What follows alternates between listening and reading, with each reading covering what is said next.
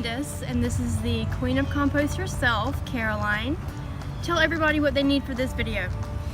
Toilet paper rolls, seeds, marker, scissors, little girl scissors, and soil and newspapers, some water, a shovel, and we are gonna be making this today. Everybody has these in their house, right?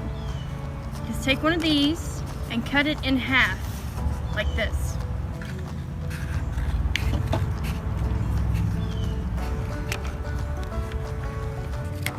Got it? Alright, now on the bottom edge, cut an inch into it. See that? Yes. And do that. Like that. Cuts that are opposite each other. 1, 2, 3. Alright, and then I'm doing this one. there you go. And then you have a little seed starter. And then you need the newspaper to spread out over your work area to keep it nice and neat. Alright, and then what's the first step you do? We put soil in it. Go ahead.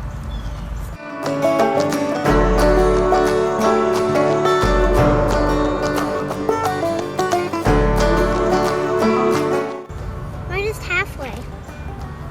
Because we're gonna put the seeds in, and then what? Cover it up. Right. All right. What do you want to put in yours? Would you like cucumbers? Yes.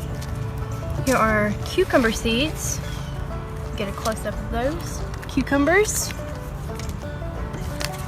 And we have tomato seeds. Look how tiny. If you think those are tiny, wait till you see the basil seeds. Look at that. And we have squash seeds. Those are nice and big. All right, choose which ones you like to put in your little pots.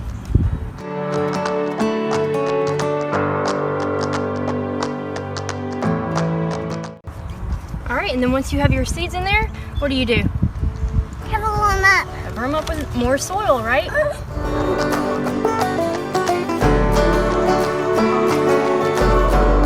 The great thing about these little pots is that when you're ready to transplant them into the ground, you can just put the whole pot into the ground.